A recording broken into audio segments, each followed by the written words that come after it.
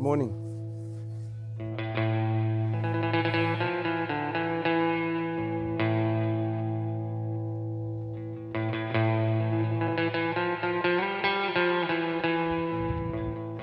Just came from the shower. All fresh now. At least they're providing hot water here.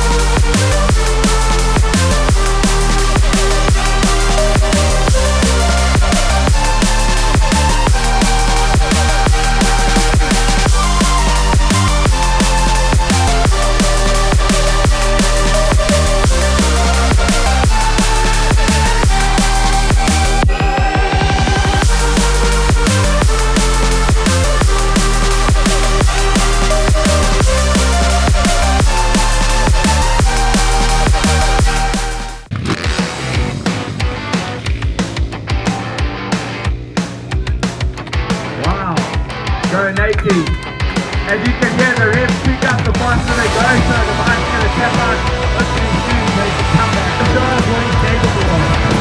Drink that!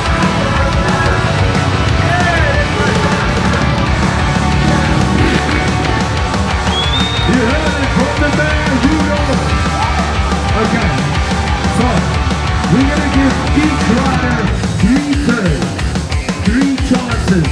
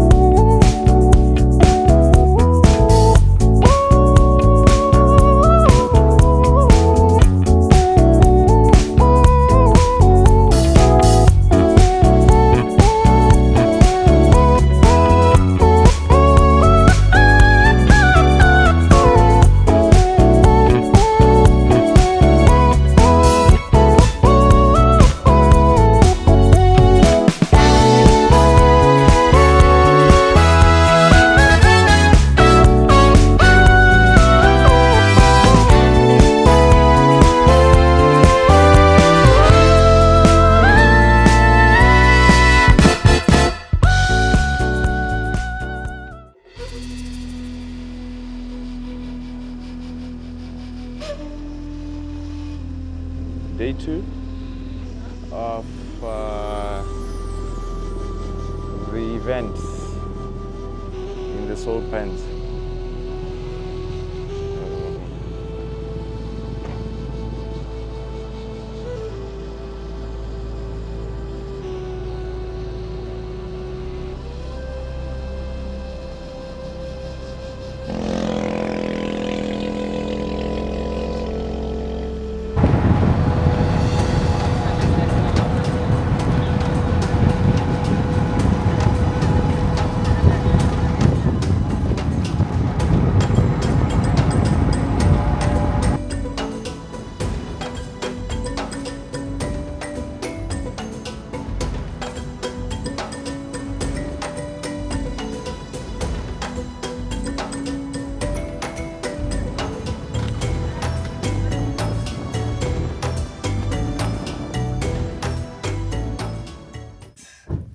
So welcome to an ecotone of Colophospermum mopane. So I'm going to repeat, welcome to an ecotone of Colophospermum mopane. What? Okay, right? In simple. So once you have an area or an ecosystem or a biome where you have one dominant tree species, we call that an ecotone, right? So what is Colophospermum mopane? This is a scientific name for mopane. Which is the mopane, this tree we see here. Why am I stopping here and talk about mopane? We just change environment from the openness of the pen to a woodland. This is a Colophospermum woodland. Right? We often hear that Botswana is a desert, but clearly it doesn't look like a desert. Why? Because of how mopane is and how mopane behaves. Mopane is a peculiar tree in Botswana because it has large leaves, while other trees in Botswana or in the savannah are thorns and compound leaves. How come can a tree with large leaves thrive in a country that is a desert? It is because of how the mopane leaves behave. When it is very hot, they make sure that they are vertical, minimizing the impact of the sun. When it's very cold, they open up to suck as much sunlight they can.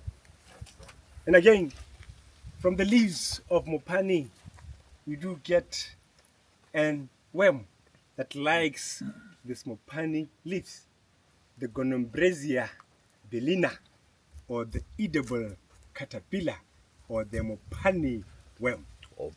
Then the question is, why do this worm prefer mopane of all the trees we have in Botswana? Of course, we have trees with larger leaves. Why mopane? It is because mopane has one of the highest protein content we know on a plant. 14% protein content. That's massive because your beef is at 9. Your nuts are at 11. Mopane is at 14. So Africans, the leaves, if I do bite my tongue or inside of my mouth and I'm bleeding, I can chew the leaves to stop the bleeding immediately. Okay? Yeah, like. I am. I did not know this. She knows. No, I didn't know. Oh, you didn't know that? I can eat this No, thing. I did not. I didn't Yeah. know. To stop What? the bleeding. Chew to swallow or chew to spit? No, it's chew to spit. Do I get the same? You get the protein. But I can heal my tongue. No. Only this. Mopane so much in Botswana that we actually honored Mopane in our money. The 5 pula coin. Yes. Why? Why would a country put a tree and a worm In the same. on their money? It means a lot. It's valuable. To us, Botswana. The British call it the ironwood. That's another name for Mopane, or the common name, because it has one of the strongest wood you can imagine. Termites can even burrow through the mopane wood. Hence why Africans will build their huts around of us with the mopane wood and then put cow dung around. If you drive across Botswana, you'll see them with logs fencing their yards and farms. So then, how come mopane dominates to this much, to this extent? It is because mopane had to adapt One of the ways it adapted was to poison the soil. So mopane releases a chemical we call allelopathy. So this allelopathy was meant to help the young mopane shoots get hold. So consequently, it's negatively affecting other tree species. Normally, a mopane woodland doesn't have grass. It's just mopane. Why is mopane even bothering itself in doing this? Because mopane needs to hedge for protection. It doesn't have thorns, so it needs to defend itself from herbivores like elephants and buffaloes. So by hedging, now if normally when we harvest mopane, we only cut one and leave the two. So that's how Africans conserved their forest up to today. Is Because this of like that. a legal standard that you put No. It's just us Africans because we are one with nature. We understand. So and then you know that land is a common commodity like water and air. So you have to use it wisely. So when you cut, you leave one for your son and your grandson. Yeah. Okay. Yeah. Yeah, I'm planting this tree.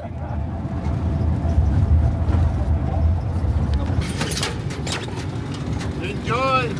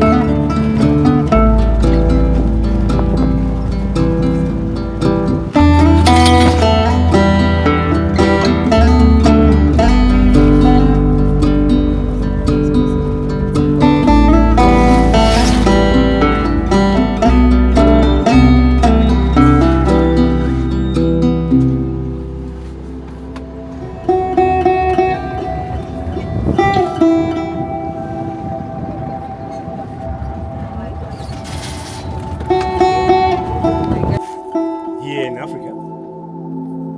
So Botswana Museum believe it was built around 450 AD and then completed around 950 AD. It was used all the way to 1645. That's okay, it's a globe. So for some reason, this civilization preferred hilltops than riverbeds. As you know, most cultures of the world start their civilization along riverbeds. But for some reason, this culture selected areas where there are hilltops. That is around 1200 AD. They moved from Botswana, Makgadikgadi Pens, and settled in an area in South Africa we called Mapungubwe. And then they did a settlement there. They were there for 150 years. And then trekked further east to the largest ruins in the southern part of Africa after the Egyptians, what we call the Great Zimbabwean ruins.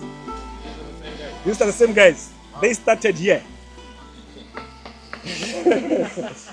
So then around 1300s, due to competition from the Guineas in the south and then the Portuguese in Mozambique, they were displaced to Bulawayo area. Now they call themselves the Kalangas.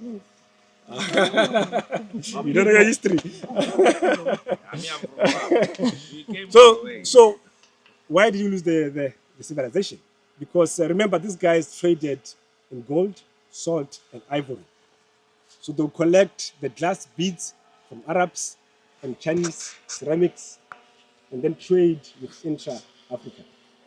Because they accumulated wealth for peace, and then later they just disappeared in all directions and remained silent and hidden until today, right? So this wall, we don't know how long it is, we haven't measured yet, but we believe it used to be 2 meters high, and then this was the entrance. This is when they were starting. Remember, when they go to Zimbabwe, they start to sophisticate their walls. Okay. Then another question is, why would these guys choose the hills on top of Ivory? It is because they were moon worshippers. So if you're a moon worshipper, you need to get as close as possible to your goddess.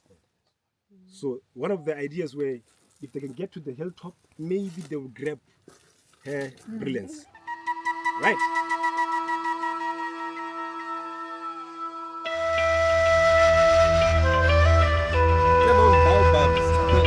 Look at those baobabs there, man. What?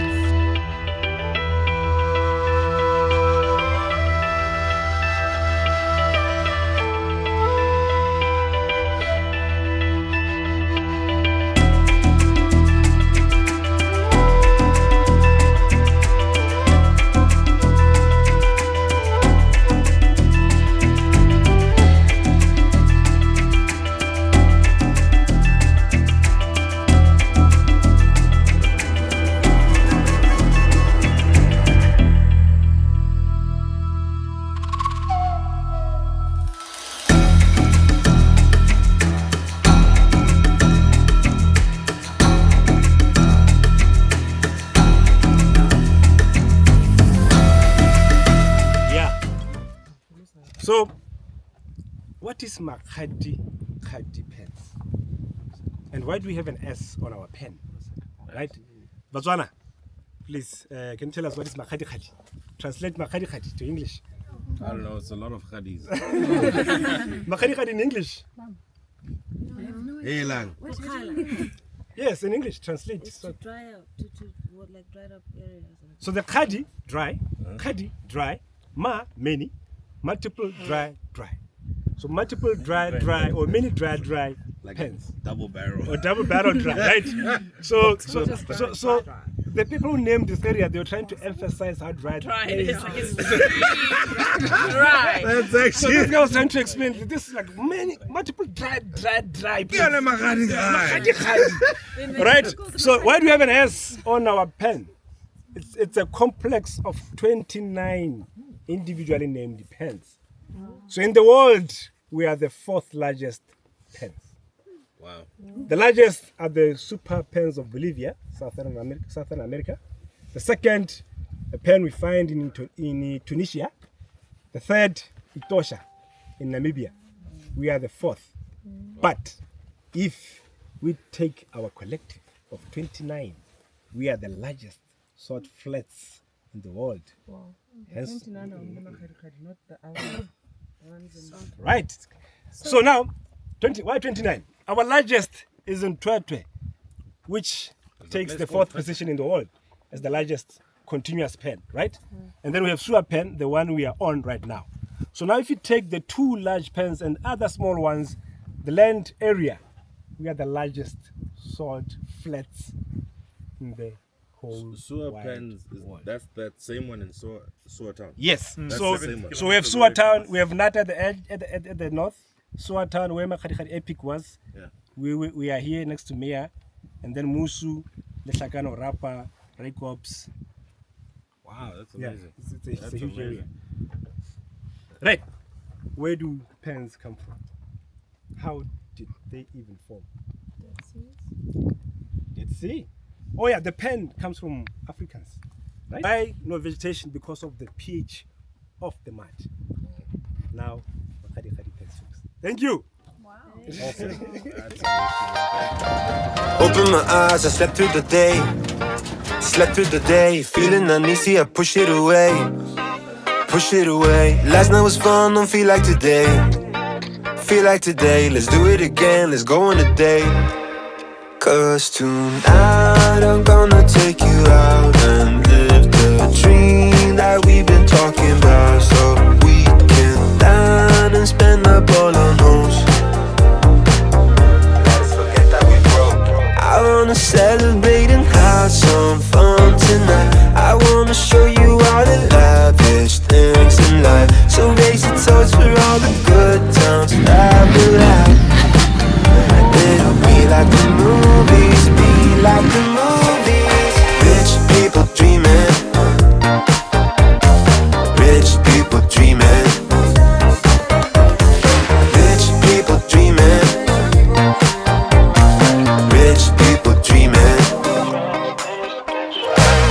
a gin that's gone to my head.